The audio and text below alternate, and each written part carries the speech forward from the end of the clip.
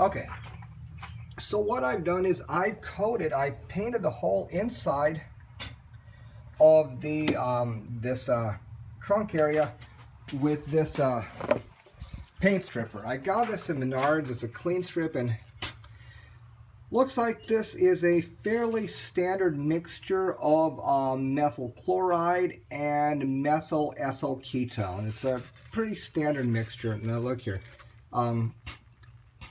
15 minutes. Yeah, right.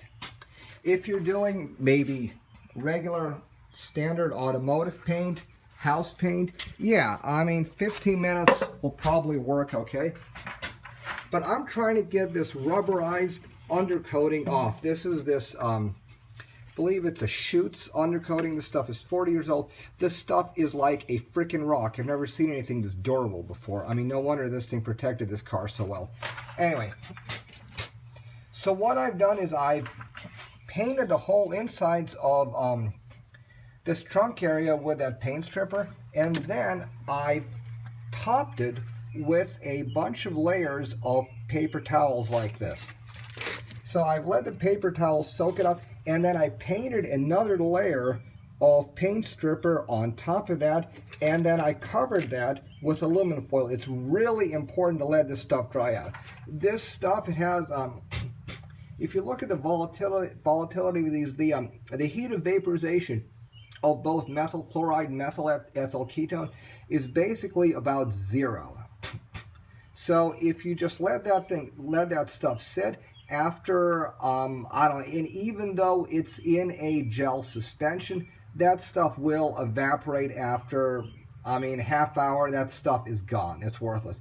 So what you have to do is put this metallic barrier over the top to basically keep a moist layer on there and let the stuff sit and work on trying to soften up this rubberized coat.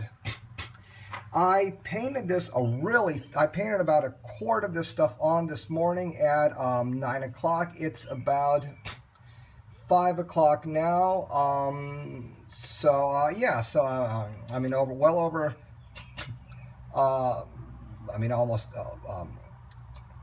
almost a day that stuff has been sitting on here, and look, it's barely just softened up, but at least it's softened up to the point where it will actually come off. I mean, that's where I stopped, but if you look here, it does come off if you watch it and if you work at it. Now you'll notice here I am using a nylon stripping brush. Really important to use a nylon brush because this is a 76. This is a fully galvanized car. You do not want to scratch this galvanizing layer because, trust me, this galvanizing layer will save you. This galvanizing layer is basically the only thing that saved this trunk area from turning into rust and from turning into Swiss cheese. And the reason why I'm doing this is because the tank lip had a little bit of rust, and I'm just basically cleaning up the inside of this. But if you'll notice here in this 76, there is no rust at all. I'm still going to leave that on there, but there's no rust at all on this gas tank support. There's just a little bit of surface rust where the bolts are. There was a little bit of surface rust on the battery tray where a couple of the welds were the rubberized coating worn through, and some of the welds were showing some surface rust. So basically I'm just refurbishing this interior trunk lining. But yeah, that's about the only thing that I've really found works well. I've tried one of these multi-tool things. They're probably okay, but the problem is even with the flexible head, it will gouge your zinc undercoating. And as soon as you put a gouge on there, that's a potential rust spot. So I really am trying to stay with just the solvent type thing. So you want to stay with a solvent type that'll break up these